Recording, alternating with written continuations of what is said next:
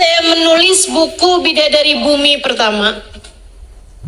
Ada selang beberapa waktu, kayak setahun 2 tahun kemudian, ada seseorang cerita sama saya, "Ustazah, alhamdulillah, makasih. Makasih Ustazah sudah menuliskan buku Bidadari Bumi." Saya bilang, "Kenapa gitu?" Dia bilang, "Teruslah menulis Ustazah. Saya karena baca buku Ustazah, saya bisa tidur." Saya nganggapnya kayak yang cuman bisa bikin tidur. Saya pikir bikin ibadahnya jadi hebat gitu kan. Saya pikir buku Ustazah sangat menginspirasi, sehingga saya mendapatkan pencerahan. Tapi dia cuma bilangnya buku Ustazah bikin saya bisa tidur. Saya bilang, "Oh, Ustazah jangan salah. Saya nggak bisa tidur 15 tahun lamanya." Saya bilang, "Kenapa gitu?" Dia pun mulai bercerita. Dia bilang, "Saya Ustazah waktu itu 15 tahun lalu, seorang istri dengan 2 orang anak dan seorang suami yang bekerja dengan mapan di sebuah perusahaan yang terkemuka di Jakarta." Dia bilang, "Kami udah punya rumah di sebuah komplek, mapan lah secara duniawi, anak 2 lucu-lucu, yang 1 masih merangkang." Dia bilang, "Satu malam saya ada diundang pesta sama salah satu kawan saya. Saya bilang sama suami saya malam ini mau pergi pesta." Suami saya kayak keberatan gitu. Saya bilang, "Kamu jangan egois jadi orang. Kadang-kadang kamu kalau mau pergi sama teman-teman kamu saya izinin, kenapa giliran saya yang mau jalan kamu malah nggak bolehin gitu. Pokoknya saya mau pergi, jangan gitu jadi orang egois begitu, nggak boleh." Dia bilang, saya pun pergi dengan sepertinya suami yang sedang keberatan sama saya. Pesta dilaksanakan di sebuah restoran mewah. Dia bilang, "Teman-teman saya mulai bubar jam 9, setengah 10. Saya pikir biarin sekalian suami saya biar tahu rasa. Susah kan jagain anak 2. Saya sengaja nggak pulang-pulang. Sampai di atas jam 10, setengah 11-an baru saya setir mobil pulang ke rumah. Waktu saya masuk komplek, saya lihat kenapa itu rame sekali. Ada mobil pemadam kebakaran berjejer-jejer. Saya panik, saya pikir siapa yang rumahnya kebakaran, dan saya pingsan ketika saya menemukan ternyata yang kebakaran, hangus, kebakar semuanya adalah rumah kami. Saya pingsan, bangun-bangun saya di rumah sakit. Ketika saya sadarkan diri, saya berharap agar saya pingsan kembali tanpa pernah terbangun lagi. Ketika saya diberitahu bahwa suami saya meninggal dunia di kebakaran tersebut, anak saya yang pertama meninggal dunia, yang tersisa adalah anak saya yang merangkak dengan keadaan kulit yang sudah terbakar dengan luka bakar yang sampai membuat dia hidup dalam keadaan tidak normal. Ada kerusakan di jantung dan lain sebagainya. Dia bilang, sejak hari itu saya tak henti mengutuki diri. Saya selalu merasa bersalah, dihantui perasaan-perasaan yang tidak menyenangkan bertahun-tahun lamanya. Kami akhirnya memutuskan untuk pindah, saya dengan anak saya, di sebuah apartemen. Saya tidak bergaul dengan orang-orang. Dia bilang, anak saya sekarang Ustazah udah di usia 15-an tahun. Dia cantik sebenarnya, tapi memang kulitnya banyak kena luka-luka bakar itu. Dan juga anak saya tidak pasti apa yang dimaksudkan dengan tidak normal ya. Mungkin kayak bagian dalamnya atau apa. Tapi dia bilang secara kecerdasan anak saya ini Ustazah bahkan di atas rata-rata orang pada umumnya. Tapi saya malu dengan keadaan anak saya, sehingga akhirnya tiap kali saya melihatnya saya merasa bersalah atas kejadian 15 tahun yang silam. Karenanya saya jadi benci dengan anak saya sendiri. Saya tidak bolehkan anak saya ketemu semua orang. Dia sekolah homeschooling, gak punya temen, temennya di dunia maya saja.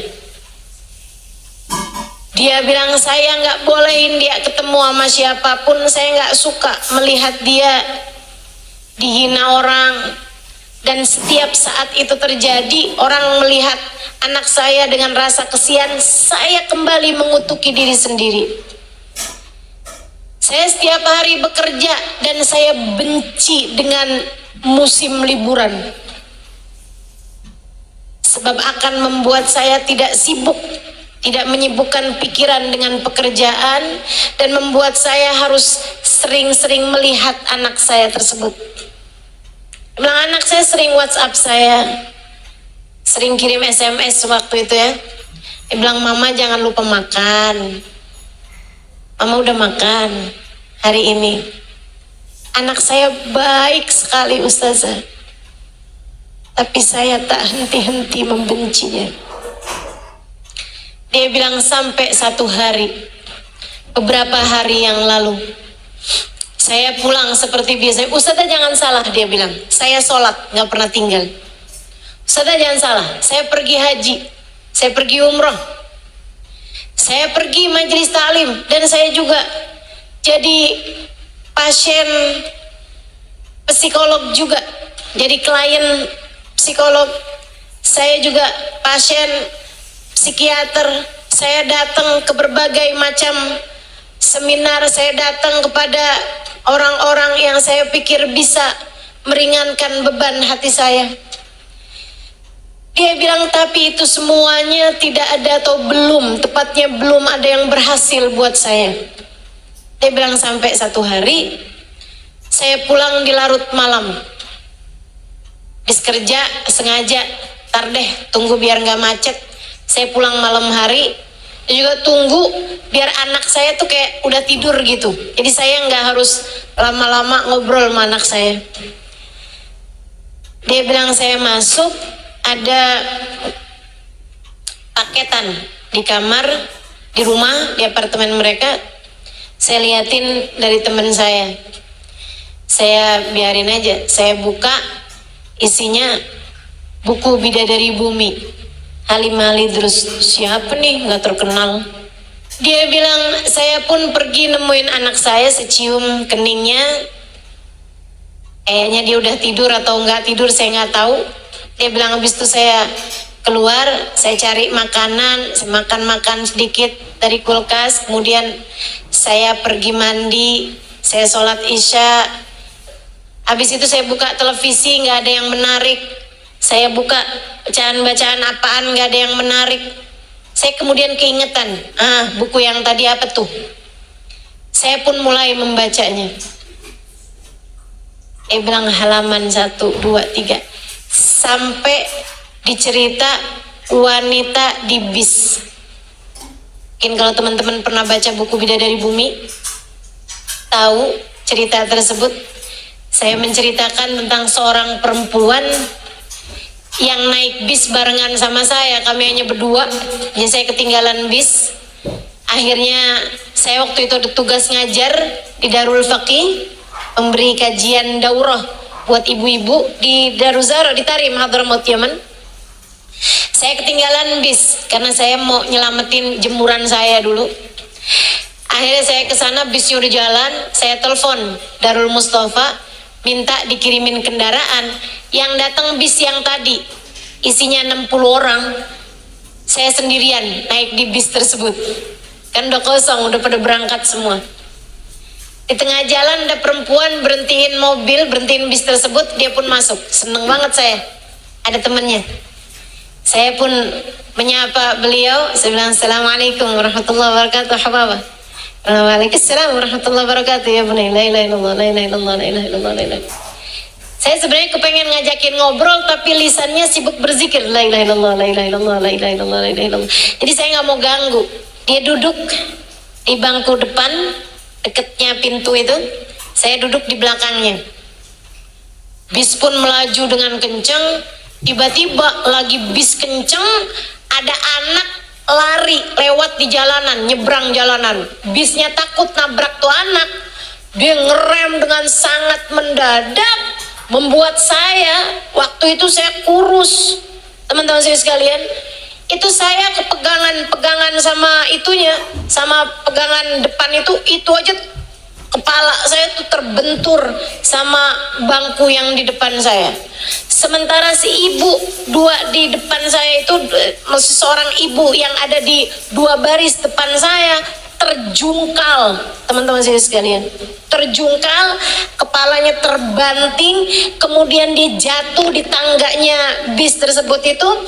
Dia kayaknya mau mempertahankan diri gitu ya, dia pegangannya bis tuh, ada tuh pegangan pintunya tuh, ternyata pegangannya itu ada besi yang menonjol sehingga masuk ke tangannya, berdarah-darah. Dia lepaskan lagi, kebanting lagi. Ketika mobil berhenti, bis tersebut berhenti, perempuan tersebut dengan darah-darah di badannya karena berdarah-darah tangannya, pas ada di depan saya perempuan tersebut dengan mulut yang tersenyum, dengan pandangan bahagia. Dia bilang, alhamdulillah, makasih ya Allah, engkau begitu baik dan dermawan. Saya pas lihat dia senyum terus ngomong gitu, jangan-jangan ada yang kena sarafnya nih. Ada orang kesakitan kayak begitu mestinya badannya pasti ngilu-ngilu, sakit-sakit, kebentur-bentur berkali-kali teman-teman. Dan dia senyum lebar dengan dia bilang, alhamdulillah, makasih ya Allah, makasih ya Allah, engkau begitu baik pada hamba-hambamu. Saya tanya dia, kef halak Hubabah, bagaimana kabarmu Hubabah? Tadi bilang, alhamdulillah, alhamdulillah, alhamdulillah, Rabbuna Karim, Allah Tuhan kita baik banget ya nak ya. Saya heran, dia nggak bilang ya udah sabar ya nak, nggak apa-apa kok misalnya gitu, enggak. Dia bilang, alhamdulillah, Rabbuna Karim, Tuhan kita baik banget ya nak ya. Saya bilang, baik gimana menurutmu? Dia bilang, nak, kamu nggak pernah baca hadisnya Nabi, innallaha idza ahabba abdan ibtalah. Allah apabila cinta kepada seorang hamba, Allah menguji hamba tersebut, dibuat sakit hamba tersebut, dibuat susah hamba tersebut karena Allah sangat mencintainya. Kita barusan dicinta sama Allah, makanya Allah ngasih kita sakit kayak gitu tadi. Alhamdulillah, makasih ya Allah, makasih ya Allah, makasih ya Allah. Saya hari itu turun dari bis, saya ngajar, habis selesai saya pulang, saya makan, saya hadir roha, malam sholat jamaah dan sebagainya, sampai malam, sampai besok pagi saya nggak bisa tidur. Saya malu, saya menangis panjang malam, malu kepada Allah Subhanahu wa ta'ala. Ya Allah, ada hamba-hambamu di atas muka bumi ini yang mengerti mensyukuri sakit sebagaimana orang lain mensyukuri sehat. Ada hamba-hambamu di atas muka bumi ini yang ketika diberi ujian berupa kesulitan, mereka menikmatinya selayak orang lain menikmati kemudahan. Di atas muka bumi ini ada hamba-hambamu yang mengerti berterima kasih atas hal tidak menyenangkan dalam hidup mereka. Sementara saya Bukannya berterima kasih atas kenikmatan yang Allah berikan, kerjaan saya justru berkeluh kesah setiap ujian sekecil apapun datang menghampiri hidup saya. Saya tuliskan kisah itu di buku Bidadari Bumi pertama. Dia bilang ketika saya sampai di cerita itu, Ustazah, air mata saya tak berhenti mengalir. Dan itu adalah kali pertama dalam 15 tahun saya menangis. Sebelum-sebelumnya saya rasa air mata saya kering. Hati saya begitu hampa. Saya selalu menyalahkan Allah Subhanahu wa Ta'ala atas ujian 15 tahun lalu yang datang dalam kehidupan saya. Saya tak berhenti-henti menghujat Allah atas kisah 15 tahun yang lalu itu. Dan anak saya jadikan sebagai sarana saya untuk semakin menyalah-nyalahkan Allah atas buruknya takdir yang Dia pilihkan untuk saya. Saya menangis jadi-jadinya. Kemudian untuk kali pertama dalam hidup saya memutuskan untuk berwudu, mandi kembali, kemudian saya melakukan satu hal yang tak pernah saya sangka akan saya kerjakan seumur hidup saya, Ustazah. Saya sujud syukur. Sesuatu yang tak pernah saya pikirkan akan saya lakukan seumur hidup saya. Saya sujud syukur. Saya sampaikan kepada Allah, ya Allah, terima kasih masih Engkau sisakan iman dalam hati saya. Terima kasih ya Allah, masih Engkau sisakan anak untuk saya. Terima kasih ya Allah, masih Engkau biarkan saya sholat menghadap kepadamu. Meski seburuk ini pemikiran saya tentangmu selama ini, ya Allah, terima kasih. Betapa tak pernah kurang-kurang sebenarnya Engkau memberikan kepada saya selama ini. Akan tetapi fokus saya tak pernah melihat kenikmatan demi kenikmatan yang Kau berikan pada saya. Karena saya hanya fokus kepada satu ujian berat yang datang 15 tahun yang lalu itu. Maafkan saya ya Allah, mata hati saya telah terbutakan olehnya. Sesudah saya sujud syukur, saya kemudian menghampiri kamar anak saya. Saya memeluknya. Saya sampaikan padanya, "Nak, maafkan mama, maafkan mama. Maafkan mama selama ini telah meninggalkanmu. Maafkan mama, nak. Selama ini mama sayang padamu, tapi kamu hanya mama gunakan sebagai alat untuk semakin menghujat Allah dalam hidup mama atas buruknya takdir 15 tahun yang lalu. Maafkan mama ya nak. Betapa sebenarnya kamu adalah seorang anak yang selama ini sangat membahagiakan hati mama.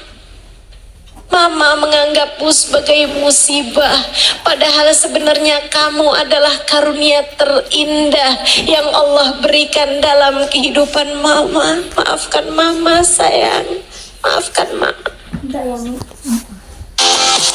Saya pelukin dia dengan air mata yang terus membanjiri pipi saya. Anak saya balik menangis.